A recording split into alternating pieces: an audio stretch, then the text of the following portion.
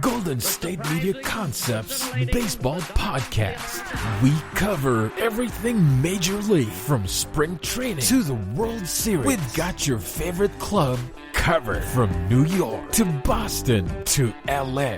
This is the Golden State Media Concepts Baseball Podcast.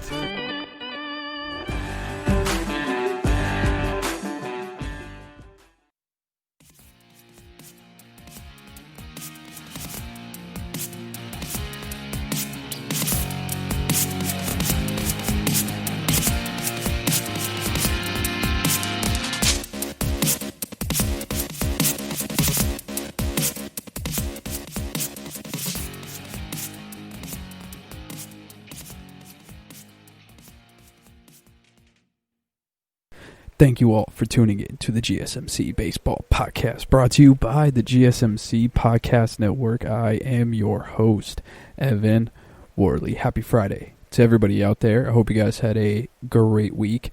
I had to record this episode on Wednesday because I am super busy on Thursday, and I have a lot of things that I got to get done in a short period of time, so I had to push the recording of this up. So if there's anything that happened, any big news that broke on Thursday, I will be getting to it in Monday's episode. I'm sorry about that, but that's life. I got some car troubles I have to get done that day. I got 2 other jobs to go to, and then I also have an interview with the director of youth services with the Texas Rangers. So I have that at 10 o'clock, and I have all that other stuff I got to do. So it's a big day. Wish me luck on everything. Obviously, when you guys hear this, it will be done and over with. So hopefully that went well. But anyways, so I'm recording this 2 days after I recorded the last episode, so not much has happened. There's been a couple bits of news. We're just going to be going over some more things. You know how it is. There's really not much to talk about in baseball during this time. Something has got to give. Something has to give. I don't know what it is. I don't know when it's going to happen, but when it does, the floodgates are going to open, and it's going to be amazing. I think pitchers and catchers reported 45 days the last episode, so it's going to be about 43 to 42 days. So that's exciting. Home stretch, a month and a couple weeks. I can't wait, because I know I've mentioned this before, but I don't think you guys understand how incredible the Cactus League is. If you haven't been out there yet, you have to. I've never been to the Grapefruit League in Florida, so I can't really speak on that. But the proximity of stadiums in the Cactus League is amazing. I think I spent 5 days up in Arizona, and we saw, I think we spent 2 days going to baseball games, and I think we hit 5. We spent 3 days and we hit 5 because we got in. And the best part about it is you don't have to buy the tickets until, you can impulse buy tickets whenever. It's awesome. We got in. We had no plans. We didn't map out anything. We didn't see the schedule beforehand. We didn't do anything. It was just me and a couple of my buddies. And we flew in on a Sunday to Phoenix. Then we went to our hotel. It took a little bit of a while. It was a weird day. But, yeah, we went to our hotel. And, we dropped all of our stuff. We laid down on the bed. We took a nap. We woke up. It was like 6 o'clock. And we're looking around. Or it was like 5 o'clock, I think it was. We looked around. We're like, what game's on tonight? Do you guys want to go to a game tonight? And there was, an hour and a half. We looked, and an hour and a half later at Saddleback Ranch, it was Dodgers White Sox. And we just pulled up to Saddleback Ranch. We spent like $30 for a ticket down the left field line, like 10 rows back from the field to watch spring training. Saddleback Ranch is phenomenally beautiful. It was right up there with Peoria Ranch, which was at the time, I don't know if it changes around, but at the time it was the Cubs and Padres spring training facility, which was awesome. But yeah, it's just so much fun. And we spent that time doing some great other stuff too, I would say, because we went to Phoenix. I don't know if they changed their name, if it's Phoenix Coyotes or Arizona Coyotes, whatever. But a Coyotes hockey game, that was a ton of fun. My buddy was in Colorado, so we saw an Avalanche. We saw him play the Avalanche. That was awesome. And then we spent a day just impulse bought tickets to go see the Phoenix Suns, and we saw a Phoenix Suns game, and that was a ton of fun. Like, there's just great things that you can do in Arizona. It's a ton of fun, and you can go from a morning game, go do something to kill time during the day afterwards, and then hit up a night game. And the night games are so gorgeous because the sun goes down. It's not as hot. It's probably like an 80, 77, 85 between there degree night with no sun. So it's not like you're out sweating your what off. You're just out there having a good time, and you're in the desert, and it's surrounded by baseball, and everybody's happy because they're on vacation and they get to do this once a year, and they're all excited. And it's just great. You go get breakfast, and everybody's looking around just like, oh, where are you from? Who did you come to see? Where are you from? Who'd you come to see? Like, oh, how many years have you done this? If it's your first time? Like, I was talking to a dude at breakfast. Like, I just went down to the continental breakfast or whatever it's called, like the little buffet or whatever, at our hotel. And this dude who had been going to spring training every year for 30 years from, I forget where he was, but he was like in the middle of nowhere, like Wyoming or something. He's like, yeah, I come here every year because it's like, this is just something that, my grandpa and my dad used to do, and my dad and I used to do, and now I'm here with my son and my grandkid and all that kind of stuff. And it was just like a family tradition going down, and it was super, super cool. So I can't wait for spring training to start. I really want to go back. I want to go back so bad. I want to work in sports and with the Rangers, just on the off chance that maybe one day I can go to spring training just to work it. I think that would be sick. That would be so awesome. But anyways, back off that, we have some news to talk about, I guess. It was just reported that the two teams that are going hardest after Francisco Lindor, shockingly enough, are the Mets and the Blue Jays. So the Blue Jays have pretty much made the most noise trying to go after Francisco Lindor. They're doing this as, they kind of were in on the on Mookie Betts last year. Ken Rosenthal kind of, he compared this to how the Red Sox handled Mookie Betts last year. Hopefully they'll be able to get a little bit more than what the Red Sox got for Mookie. But there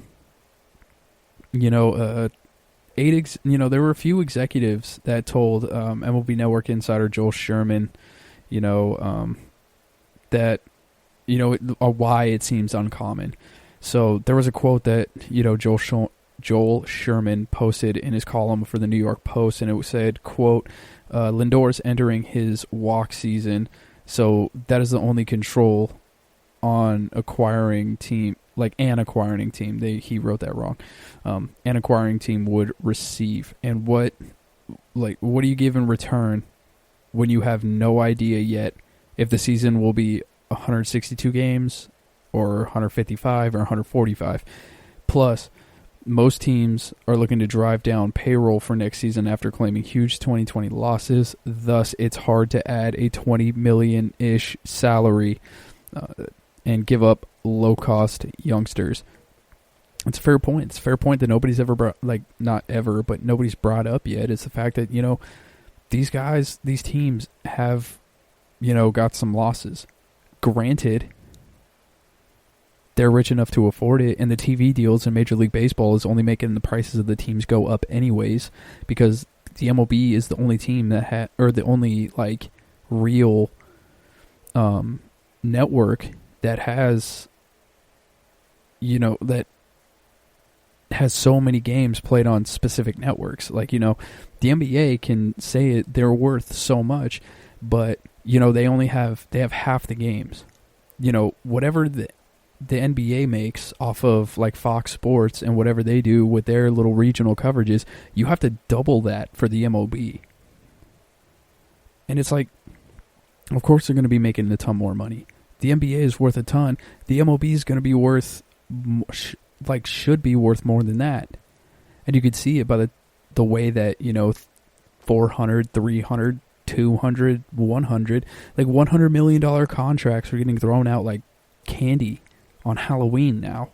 Seems like everybody, if you get a 5-6 year deal, you're getting, $110 to $180 million in between. It's nothing. You're either getting that or you're getting like 5 years for $10 million. I rarely see, unless it's the Ozzy Albies like blasphemous contract where it's like 7 years for 35. That's a horrible contract. That is probably one of the worst. That is the Scottie Pippen contract of this generation. It's crazy. But anyways, like I was saying on the last episode, Francisco Lindor is most likely going to be paired with Cookie Carrasco. So the Mets going in, I could see the Mets and the Blue Jays both getting Carrasco with the Lindor deal, or pushing to get Carrasco in the Lindor deal, because, when it comes to the Blue Jays, their rotation's fairly young still, and, not fairly young, they're actually very young. So Carrasco can come in and be like the vet who, he may not be the number one. He'll probably be the number one this year, like, let's be fair, but in a couple years, he'll probably be a number two, number three. And, really guide the young rotation along while Francisco Lindor is able to, bring the young lineup and show them how to be professionals, and also have that, how should I say this? He'll have the Marcell Ozuna effect, where he has, I don't know where Ozuna's from, but they all have that Latin heritage, and they with Ozuna, I spoke about this on the show many times, where he was able to come in and he connected with Acuna and Albies and some other Latin players, and all of them seemed to play better. They were a lot more energetic. They were out there. He gave a type of flair that really helped the team win. It helped them get to the NLCS, helped them get with one game of the World Series. So I think Lindor can do that for, Vladimir Guerrero Jr., and who knows, his young, vibrant energy could affect Bo Bichette even more. It could affect Kevin Biggio even more. It could really revitalize the franchise and really, bring a type of youthful, but I would say a swagger to the team. Bo Bichette kind of has the, Bo flows and all that kind of stuff. He has that swagger, but Lindor's been there and done that. He's played in the World Series. He was a few outs from winning the World Series in 2016. He's had 30 jacks in injury-shortened years. Like, he can come out and he can play, and he can play very, very well, as we all know. But we'll see. We'll see how they handle that. And then obviously on top of it, what's making it hard is he would have to sign a sign-in trade. That's 100%. Like, no one's gonna take Francisco Lindor without a sign-in trade. That's just, it is what it is. Especially when you can go out and there are some solid, free agent shortstops still on the market with Simeon Gregorius and Andrelton Simmons. And then next year, we're all aware of the free agent crop with Lindor, Baez, Seager, Story, and Carlos Correa. So, it's kind of hard. And plus, here's another thing that I think that's hurting the Blue Jays is, where are they going to put Lindor? Like, truly, where are you going to put Lindor? Vladdy Jr. wanted to go back and play third. You have Kevin Biggio at second. You have Bo Bichette at third. Or Bo Bichette at short. What do you like? Are you going to move Kevin Biggio to first and put Bo Bichette at second and have Lindor play short? Or are you going to have Kevin play third, force Guerrero to play first, even though he stated he wants to play third, and have Bo at second and Lindor at short? It's something like that you're going to have to play with. It's going to have to take a lot of sacrifice from Vladdy Jr. and Kevin Biggio to try and change their position. I don't know if Kevin Biggio has the arm strength. I've never actually, watched any of his highlights or anything like that. I don't know if his arm is as good as it can be to play third base. Are you going to have Lindor play third base? Lindor has a good arm. Are you going to have Bo Bichette play third? Bichette has kind of an arm. I guess that's something we're going to have to find out if that ever happens. But when it comes to the New York Mets, they have to do something. Like, I'm tired of sitting here going, oh, the Mets are players and this person. The Mets are players and that person. You can play all you want, but at some point, you have to get results. Go get somebody. Not like, if there's one team that should be the first person, like the first set of people to knock over the dominoes to get the real like snowball effect going, after that was actually the Padres. But I'm talking like in free agency wise, the Padres got a couple trades, all that kind of stuff. But you have to do something. You have to get the dominoes to fall. You've already said that you're not going after Sagano, even though he fits in perfectly with what you want to do. He's a great number 4 starter. You're not going to have to pay him a ton of money, and you're going to have him under control for another you can sign him to a 3-year deal. He's there till he's 34, and you really get to see, it's low risk, high reward. What am I missing? Figure it out, New York, and make a move. Ugh, that's annoying. Anyways, I'm going to be taking my first break, and I'll be right back with a few more rumors. We got a few. It's going to be pretty rumor heavy. We just have some more rumors. I'll get to it after this break. This is your ultimate stop for everything sports. The Golden State Media Concepts Sports Podcast. Should I say more? From the NFL, MLB, the NBA to MMA, it's all in here. The Golden State Media Concepts Sports Podcast. Listen now.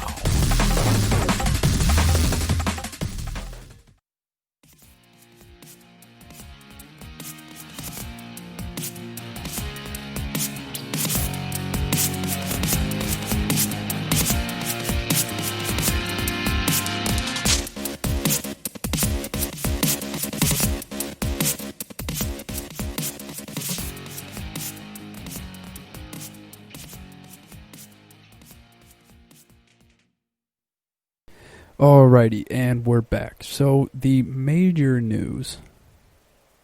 Well, not major news. I guess it's some news. So I titled the last episode, Are the Cubs Rebuilding? And the answer to that is yes. The Cubs are absolutely rebuilding. Because just like I said, with the last episode where, they said that they view catching as as a strength. And, they don't really see anybody in their farm system to be quite ready for, the head job as starting catcher of the Chicago Cubs. The GM came out and said all this stuff, and I was like, okay, that's a lie. That's just what he's going to say because he doesn't want speculation. Well, a couple days later, turns out that, the Angels general manager, Perry Minasian, is looking for ways to improve the team. Shocker, I know.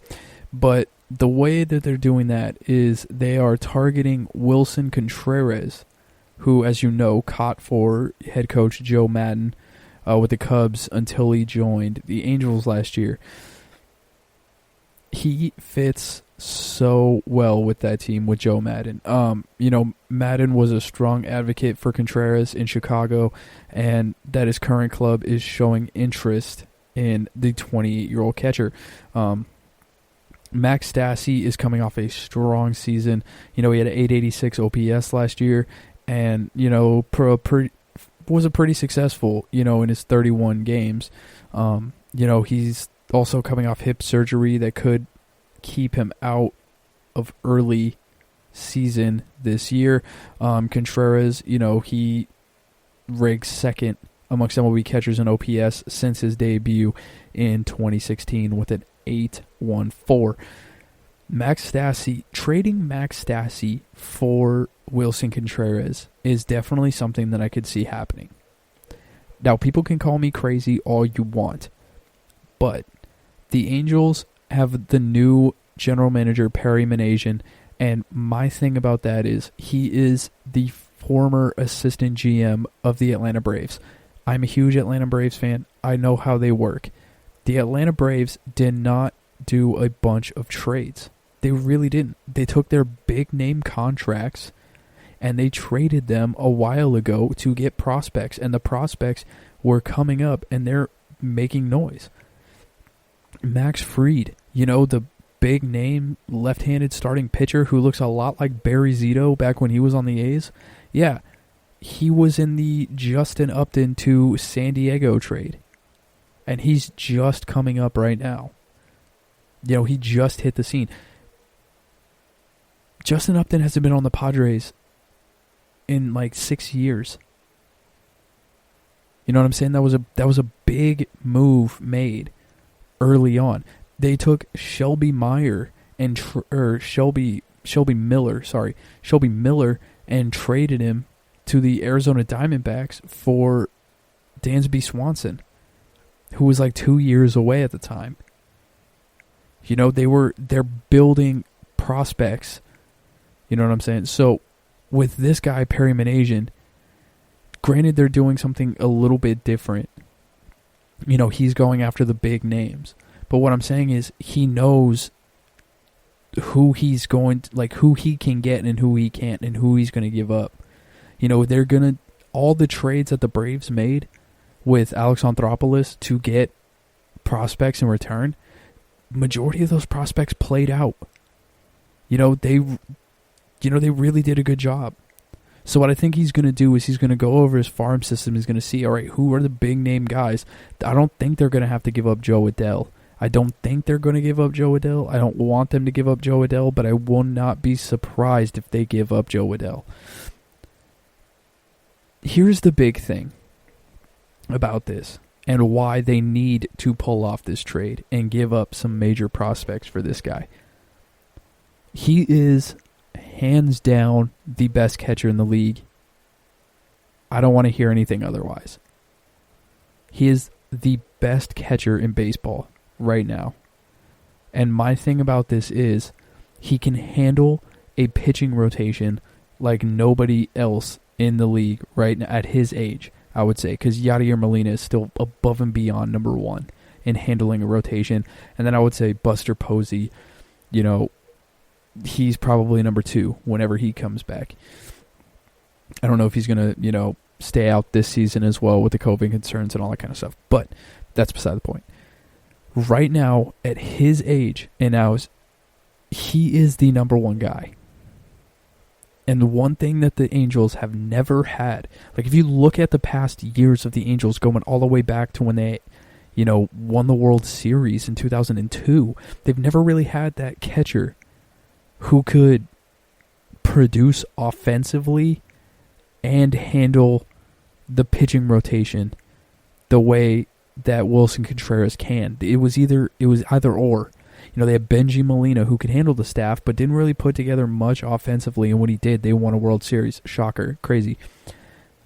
When you go on, you had Mike Napoli, who was offensively very okay. He was the catcher's version of Dan Uglow when he was on the team. It was either 25 bombs and a 180 batting average and pretty low caliber defense.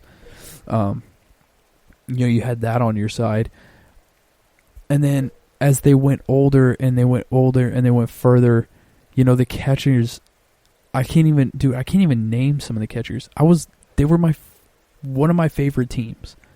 Besides the Braves, it was the Braves and then it was the Angels. And I can't even name some of their catchers. This is actually a good...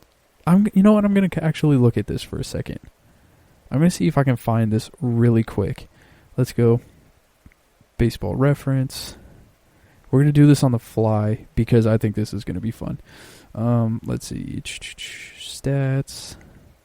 Okay, so we got Max Stassi. Let's go. Okay, I'm going to go all the way back to, I think, 2000. I'm going to go back to 2009 because I just think that's a good starting point.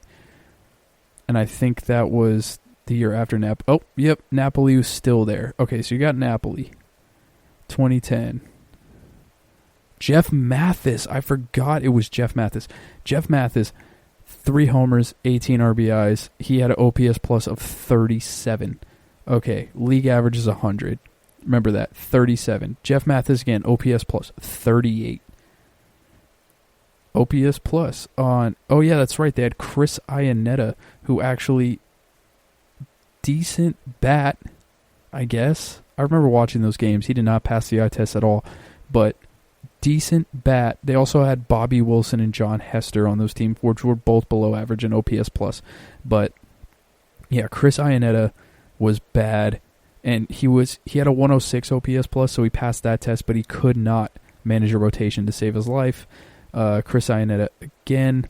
Let's see, 2014. I completely forgot they had Chris Iannetta. Chris Iannetta one more time. Let's see, this year he had 7 homers and a 252 batting average when he was supposed to be the man coming out of Colorado. Another again, Chris Iannetta, but he is an OPS plus of 78. So at 2015, he really starts to fall off a bit. Then you have Carlos Perez, who had an OPS plus of 56, substituted with Jet Bandy, who had an OPS plus of 84. So didn't really get much better in 2016, 2017. Let's see, you got Martin Maldonado, OPS plus of 73. Not looking good. So you get the point. They haven't had a catcher that's been able to produce offensively and hold it down with the pitching staff. So this is why they need to get it done. I think they will give up some major prospects, but I would not be surprised if they get some prospects back in return. And if they do, there are going to be some hidden gems in there, and I would expect them to be good. So Angels fans, I think you're good for that one. Get excited. Okay, there are a couple more reports came out today. Actually, the Nationals are looking for a corner outfielder. Now, Jock Peterson, Adam Duvall are pretty good fits. Jock Peterson, he has 68 homers in 340 games since 2018, although his numbers dipped a little bit in the last season. Obviously, it was a COVID year. Adam Duvall, I know as a Braves fan, is frustrating to watch, but when he's hot, get out of his way. He slugged .545 over the past 2 seasons. He had multiple stretches where he had a few 3-homer games. Guy was just out there. They're trying to get a bunch of big bats. They got Josh Bell, obviously. If they add Jock Peterson, make sure that it's just low. Be sure not to give him anything below the belt, because or give him anything above the belt. Sorry, if you give him anything above the belt, it's gone. That's just how he is. But if you keep it low, I think he'll be fine. He's not that great at that. Adam Duvall is pretty much homer or bust at this point. Marcell Ozuna, obviously I just went over him and how great he can be to a team. It doesn't look like it. Michael Brantley is still, I think he would be arguably the best fit, because I just like guys who put the ball in play. Jock Peterson, he puts out in the postseason. He produces. In the postseason, he produces. He's frustrating. Trust me, Nationals fans, when I say this, he is probably one of the most frustrating players to watch in the regular season. But in the postseason, he comes up with big hits left and right that nobody's business. So, he could be good, but once again, I would choose Michael Brantley just because of the consistency that he has throughout the year. He's very affordable. You know, he's going to give you a high batting average. He's not going to hit as many home runs as Jock Peterson is, but, you know, he's going to put the ball in play, and depending on where you put him in the lineup, he's going to be, you know, either scoring runs or driving in runs for you, which is great. I think he could be a good two-hole hitter. I think he could be a great 5-6 hole hitter. You know, kind of in the, not to, you know, box him in with the Houston Astros, but kind of like a Yuli Gurriel, where, you know, he could get around 100 RBIs and only have, you know, 14 homers. You know, maybe like a Nick Markakis, bring it back to the Braves. You know, there's some things that they can do with him, and my thing is, I just think he's a better bad ball hitter, which is why I think he's better at the lower part of the lineup than he is at the higher part. Because if you think about it like this, you're going to have Juan Soto batting probably 4th in the lineup this year. He's clearly your best hitter. Like, you're going to start off with Trey Turner, then work your way down.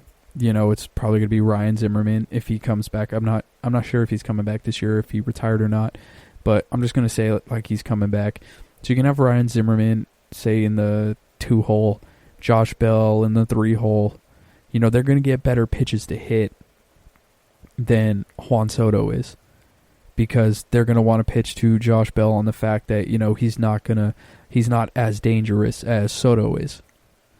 So, you know, you're going to have to put them above Juan Soto, but you're also going to have to put a player who's going to be dangerous behind Juan Soto, so they can't just pitch around him and give him a bunch of garbage where he has to just feast off mistakes. You know, you're going to have to put him in a position where, you know, you have like your arm wrapped around the neck to give Soto a chance to be the MVP caliber player that he is. I think if you have like a bunch of nonsensical players after him, you know, or somebody who can't really hit, kind of like an Adam Duvall. Like, if you have Adam Duvall after Juan Soto in the lineup, I'm not giving Juan Soto a thing. He's having a Barry Bonds type walk numbers around me, because I'm never pitching to him. I'm going straight after Adam Duvall every time. I don't care if he beats me. That's fine. Juan Soto's not beating me. You know what I'm saying? So when you have a guy like Michael Brantley, who's a good bad ball hitter, that if Juan Soto gets on, he has the speed to complement a guy like Michael Brantley who can shoot a bad ball into the gap somewhere and score a run. You know, put numbers on the boards. That isn't driving the ball out of the ballpark. I know hitting homers is, you know, the sexy thing to do now, but I'm still kind of old school in a way that I like manufactured runs. I like bunts, I like steals, I like hit and runs, you know, I like situational baseball, you know. I don't know. I feel like Michael Brantley would be a lot better of an option than Peterson or Adam Duvall, but obviously if you have the chance to get Marcell Ozuna, I would do it in a heartbeat, an absolute heartbeat. Lastly, let's get to, who could we get to? Oh, we have 2 more, actually. Okay, so the White Sox are going after Brad Hand. Alex Colomé is a free agent this offseason, as we all know. You know, he was a closer for the past 2 years with the White Sox, and, you know, there were a few free agent options that they're looking at. The White Sox seem to be going after the former Indians closer, Brad Hand. John Heyman of MLB Network reported that the team seeks a top closer and is in on Liam Hendricks as well. So it looks like it's between Brad Hand, Liam Hendricks. Once again, Chicago, make a move. You're so close to being a team that can compete for a World Series. Make a dang move. Do not wait. Stop waiting. Lastly, the Red Sox have serious interest in Jake Odorizzi. So, free agent pitcher Jake Odorizzi is getting serious looks by the Boston Red Sox, as reported by MLB.com executive reporter Mark Feinstein on Tuesday. Jake Odorizzi is a good pitcher, especially for a team that's like not very good and not expecting to compete anytime soon, but wants a good quality type of pitcher that's not Martin Perez. Because Martin Perez, like, he was good for the Twins, but good gravy, he was trash for Boston last year. You know, I haven't heard anything about Boston trying to tank, trying to rebuild or do their thing, even though they got rid of Mookie Betts and all that kind of stuff. Obviously, if you're getting rid of Mookie Betts, you're kind of, going into the decision of, building up a new roster, which didn't make sense. But, they still have some pretty big contracts. They still have JD Martinez and all these type of guys. So I don't know what, and, they're still paying. There's so many bad contracts on their roster. My God, they're still paying Pablo Sandoval for some reason. God, that has to be one of the worst contracts. The fact that they're still paying Pablo Sandoval and Rusney Castillo is huge, which, makes me understand why they would kind of go into a rebuilding type of situation, even though you did have arguably the best player in the game. It doesn't make sense. But Jake Odorizzi, pretty solid fit, I guess, for the Boston Red Sox. All right, everybody, I'm going to be taking my second break, and I'll be right back to talk more about the Mets, because I didn't go off on the Mets enough in the first segment, so I have to go in a little bit more. And I'm not going to go in on the sense of be angry. I'm just going to go in and say who is going to fit well in the back end of that rotation. I will be right back after this break. Tired of searching the vast jungle of podcasts? Now listen close and hear this out. There's a podcast network that covers just about everything that you've been searching. Hey! The Golden State Media Concepts Podcast Network is here. Nothing less than a podcast bliss with endless hours of podcast coverage. From news, sports, music, fashion, cooking, entertainment, fantasy, football, and so much more. So stop lurking around and go straight out to the Golden State Media Concepts Podcast Network. Guaranteed to fill that podcast itch. Whatever it may be. Visit us at www.gsmcpodcast.com. Follow us on Facebook and Twitter, and download us on iTunes, SoundCloud, and Google Play.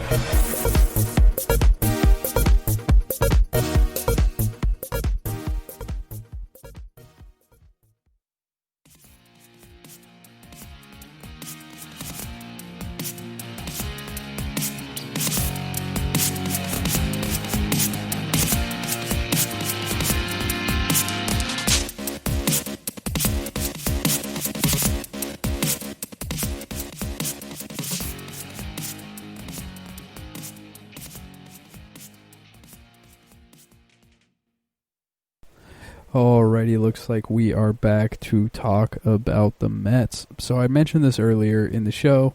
Sugano, he was looking like he was a pretty good fit for the, fourth, maybe I would say third spot in the rotation until Syndergaard came back. And then, maybe they could have done a trade. Or they could have done the trade for Lindor and got Carrasco with it. So not only would they had Jacob deGrom, Marcus Stroman, Carrasco, and Sugano, but they would have had deGrom, Stroman, Syndergaard, Sugano, Carrasco in their starting rotation, which would have been beyond deadly. Like, that would have been probably would have been the best. I would say it's up there, probably. I would say top two. Maybe you could. I mean, anybody could debate that, but it is debatable. Top two in the MLB, but there still are some more options out there. The Cookie Carrasco going to the Mets seems kind of cool. We'll take a look at what it's like with all of this going on. But, they do have a hole to fill, multiple, in the rotation, and there are some people who are available still. Most pitchers are still available. Here's some guys that we think are going to fit well with the New York Mets. Obviously, we have Trevor Bauer. So, being the number one pitcher, until he signs somewhere else, he's going to be the number one option for the Mets. The Mets, I don't know why they're taking so long to figure out a way to get him there, I would have done it a while ago. It's New York, Anaheim, San Diego. Those are the places that are, really pushing for him amongst others. Those are just the three big names. He had the, what more can we say?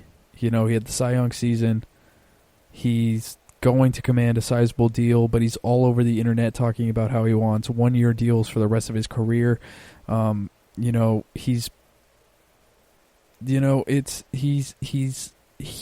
he would just be quiet, and I know this isn't his thing. I know he's not kind of like as big of a nuisance as everybody likes to portray him as, but if he would just stop trolling people, he probably would have such a mega deal by now, because his price is never, ever, ever going to be higher. In 5 of the last 7 seasons, he's posting an ERA above 4, which is cool, but that's not great.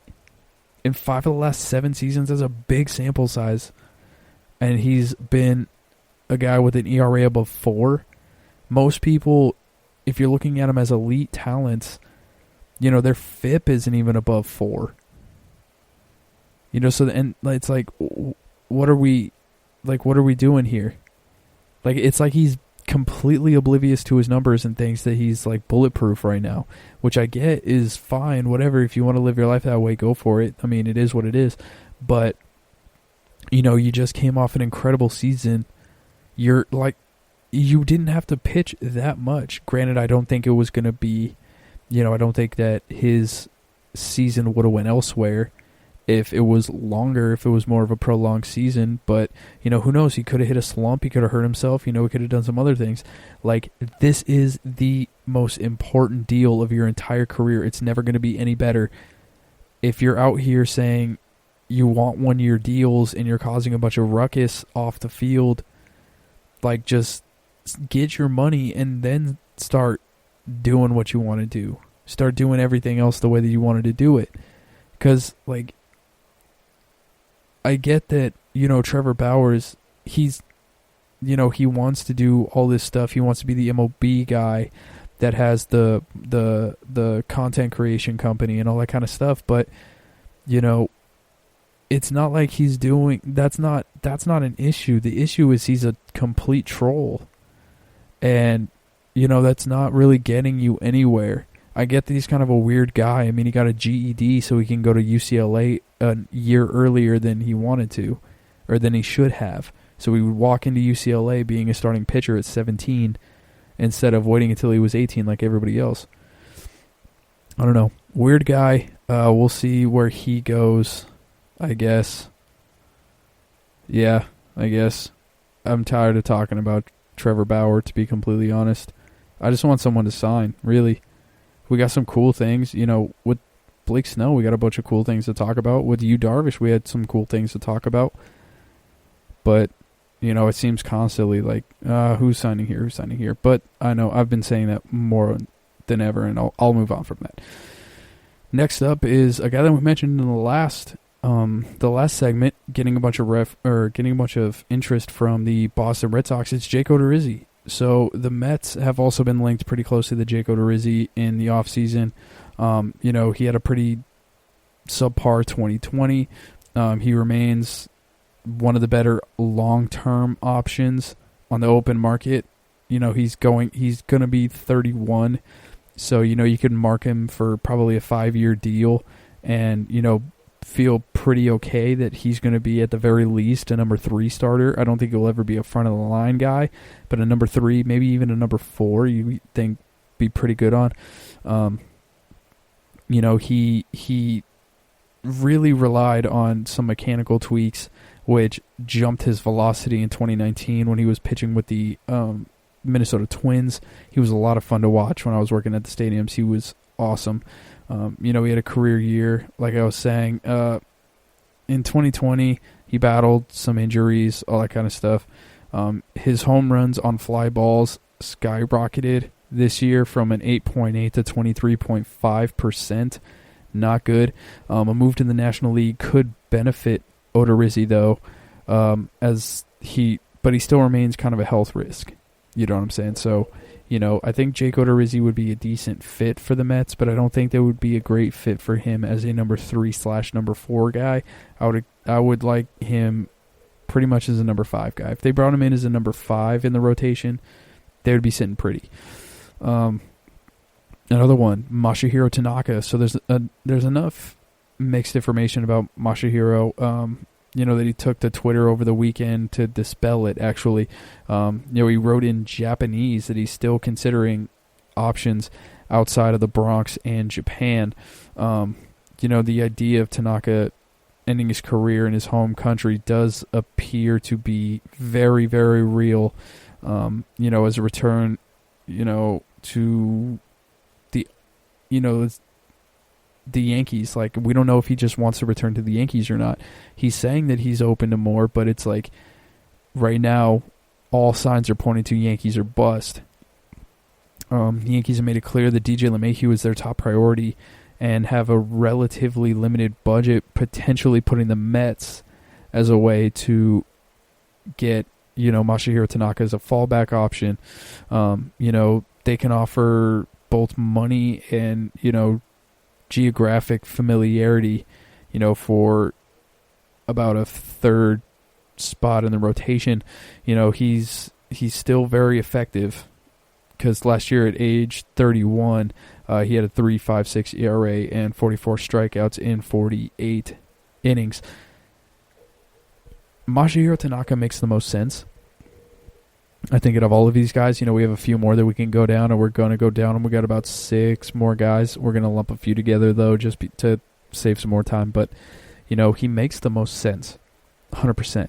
Just because, not because, the Mets are just in New York City on the other side of town, not because, they can offer him some big money, not because the Mets just have pinstripes, just like the Yankees do on some of their uniforms. I think that it makes sense because his one thing that he said that we touched on in the last episode was the reason why he would stay in the major leagues is because he wants to compete for a championship.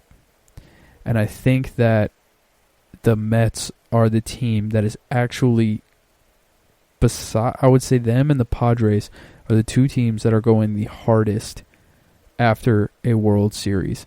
Now, I say that, but the Padres are the only one actually doing it. The Mets are talking a lot about it, and I hate that. I hate when teams go to the rooftops and scream out, "We want a championship. We're competing for a championship," and then don't do a dang thing. Like, if you are competing for a championship, let it be known. Get out there. Get Trevor Bauer. Get Masahiro Tanaka. Get Francisco Lindor. Get Cookie Carrasco. Figure it out. Stop saying, like Steve Cohen came in and said, if we don't have a title or make it to a World Series in 5 years, then it's a bust. Then you got to work. Get to it. You've been the owner for like the past 2 months now.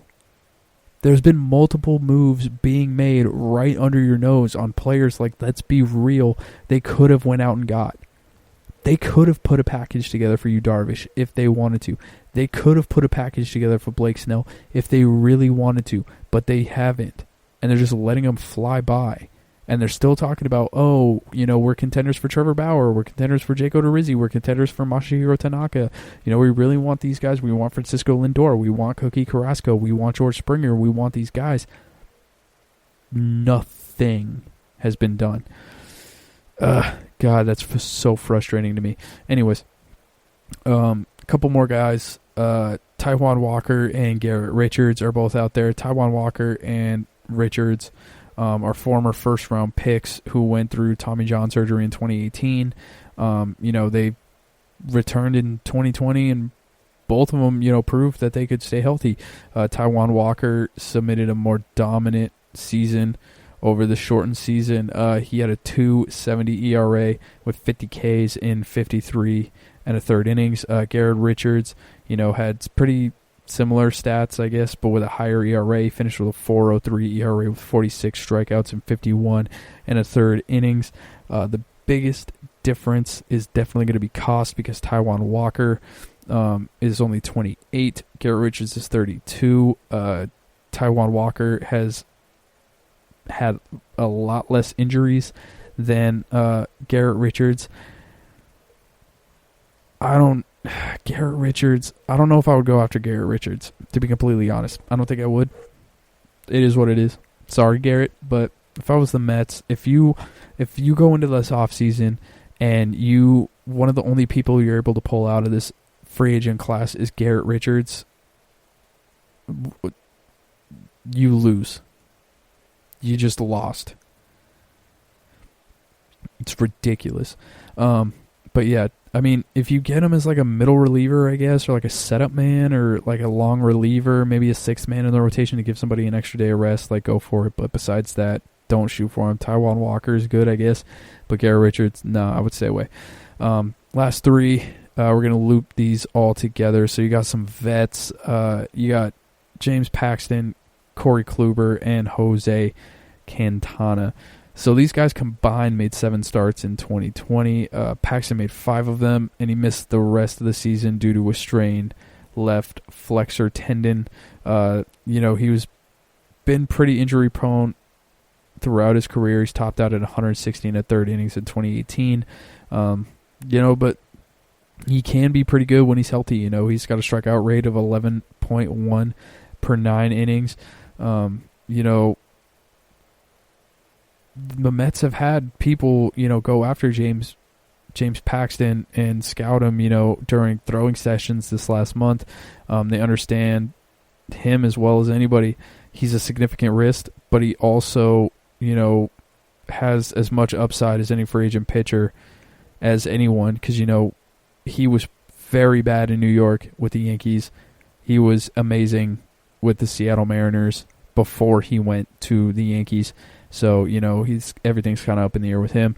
Corey Kluber threw one single inning in 2020 before he tore his right shoulder muscle. He's 34. He's a 2-time Cy Young Award winner. He's had an all-star season as recent as 2018. But ever since 2018, he's only pitched in 36 and 2/3 innings. The Mets tend to scout Corey Kluber's scheduled workout next week, according to a source, but his age and injury history, I don't think that's anything that you want to be touching at this point if you're a Mets fan. And then, 31-year-old Jose Quintana, he's a consistent major league starter throughout his 8 seasons in Chicago before missing most of 2020 due to thumb and lat issues. Teams have to decide if this was a fluke or genuine regression. Yeah, I think it's regression, to be honest. But over the past 6 seasons, from 2013 to 2019, Jose Quintana averaged a total of 193 innings per season. Innings eater, but, at 31, a thumb issue and the lat issues, I feel like that could be fixed. I think that's fixable. I think that was just a fluky year. But I do see regression coming for Jose Quintana. He's the only one that I would go after out of these guys. James Paxton's cool, I guess. Corey Kluber, you're too gone, man. I'm sorry. But out of all those guys, I would say the top 3 make sense with Bauer, Odorizzi, and Tanaka. Only Taijuan Walker makes sense. Garrett Richards, no. Paxton, no. Corey Kluber, no. Jose Quintana, maybe. I think Jose Quintana could fit. Alrighty. I'm going to be taking my final break, everybody, and then I will be right back to talk about, let's see, how many people do I have here? 1, 2, 3, 4, 5, 6. So I have 6 people who have a lot riding on next season. I'm going to put this as the 6 people who have the most riding on next season, but I will be getting back to that right after a quick break. Want to know the latest in soccer? Then listen to the Golden State Media Concepts Soccer Podcast. From MLS, the World Cup, and the Premier League, we've got you covered. The latest updates, the hottest matches, and news on the league's top players. It's the Golden State Media Concepts Soccer Podcast. David Beckham scores the goal to take England all the way to the World Cup finals. Listen now.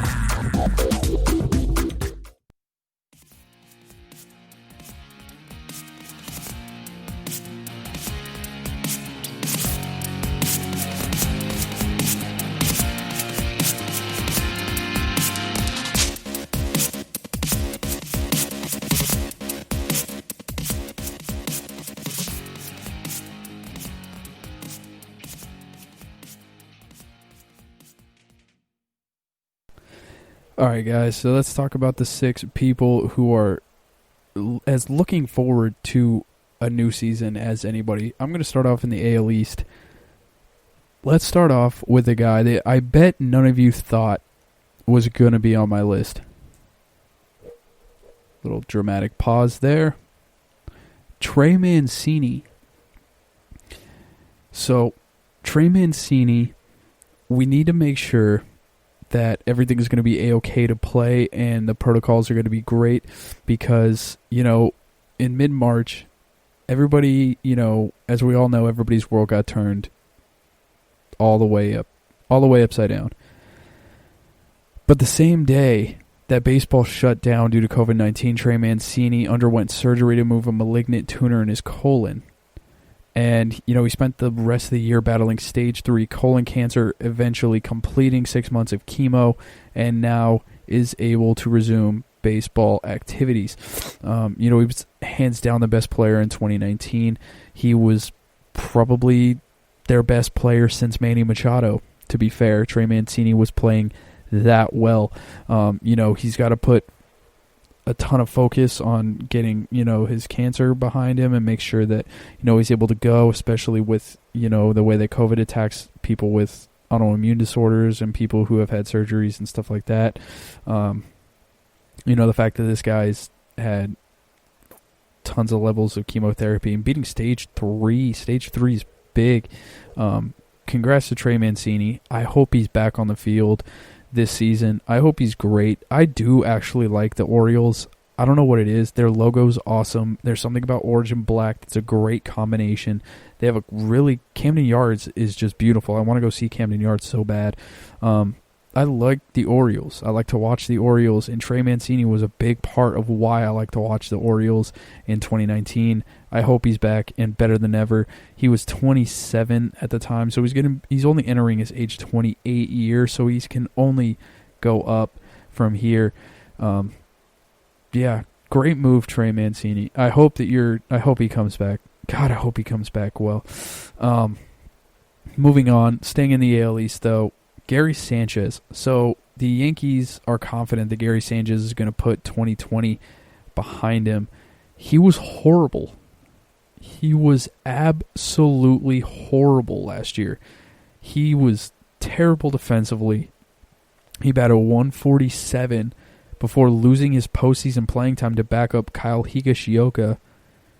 Like how I said that. I can't pronounce anybody's name, but Higashioka I can do fairly easily. Don't ask me why, just kind of how it is.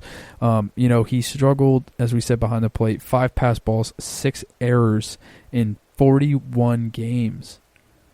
Sanchez, he worked out in Tampa before volunteering to play in the Dominican Winter League, where he was able to, catch up on some at-bats that he was able to lose, get some extra time behind the dish. Gary Sanchez is a guy that they've yet to give up on, just because of his incredible power behind the plate. But I think that he is perfect for a DH role, maybe even transition to first base before you give him another chance to go behind the dish. I think Kyle Higashioka, to be completely fair, is a better option behind the plate than Gary Sanchez is. You just need to find a way to free up a DH spot for someone other than Stanton or, Aaron Judge. I think those are the guys. Even Miguel Andujar could even clear up that DH spot for you guys, for the Yankees. I don't know, man. I really don't. I don't know what to do with Gary Sanchez. Hopefully he comes back better, I guess. Maybe they could, if he comes back better, maybe they'll flip him. Maybe they'll trade him to another team for, for some assets. Yeah, we'll see where that goes. Next up, we're going to the AL West. It is Shohei Ohtani. So no player in the MLB could use a good old reset button quite like Shohei did. He struggled to find success in 2020, which is an understatement. He batted 190, had a 291 on base percentage, a 366 slugging with 7 homers and 24 RBIs in 44 games. And he only had 2 starts on the mound before he was shut down with a left forearm strain. And let me tell you, buddy old pals over on this radio show, those 2 starts were absolutely atrocious. They were so bad. He played through the arm issues, even though they were a big concern the past few years. He also underwent Tommy John surgery in 2018 that kept him from pitching in 2019, as we know. The Angels aren't ready to convert him to be solely a hitter just yet. Why? Because they're dumb, that's why. During a media session with the virtual winter meetings in December, Joe Madden said the club will likely utilize a 6-man rotation in 2021, and Ohtani is expected to be a member of it. He's progressing in his rehab, and Ohtani should enter spring training close to full strength and a shot at redemption next season. Shohei Ohtani is 110% an outfielder or a designated hitter. Do not try and pitch him and have him bat at the same time. It is not going to work. I don't know how many times I got to say it on this show. I don't know how many times I'm going to have to say this in the future. I don't know how many times I'm going to have to try and force my way in to a big league office and tell them that the two-way player does not make sense, but it doesn't make sense. Do not ever let this man try and pitch again. Angels fans. I forget Perry Manasian. Look it. Listen, open your ears. Shohei Ohtani is only a hitter. And put that man in the outfield.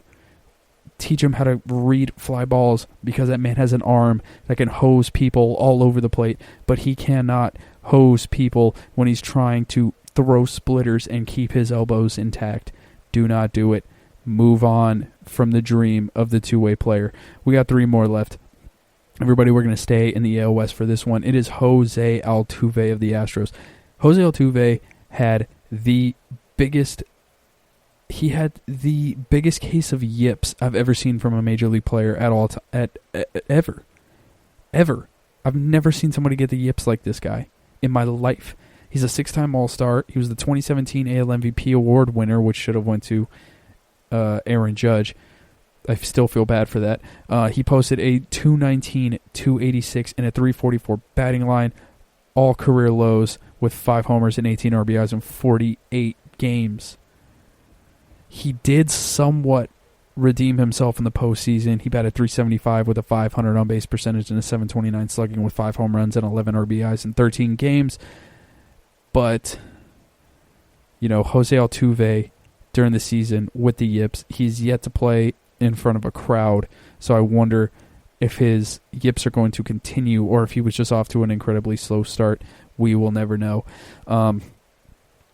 Next up, we're going to end this in the NL Central. We're going with Christian Yelich. So Christian Yelich started the season 1 for 27 with 12 strikeouts.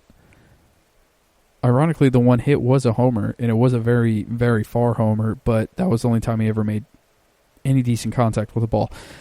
His .430 slugging percentage was within 2 points of his production as a Miami Marlin before he was traded to Milwaukee and became a league MVP. His .356 on-base percentage was 10 points shy of NL MVP award contenders Mookie Betts and Fernando Tatis Jr., but that is nothing to what he did when he was, in 2018 and 2019, where he was hot. His OPS of 786 for Yelich was way off from what he was used to, with his 1.00 in 2018 and a 1.100 in 2019.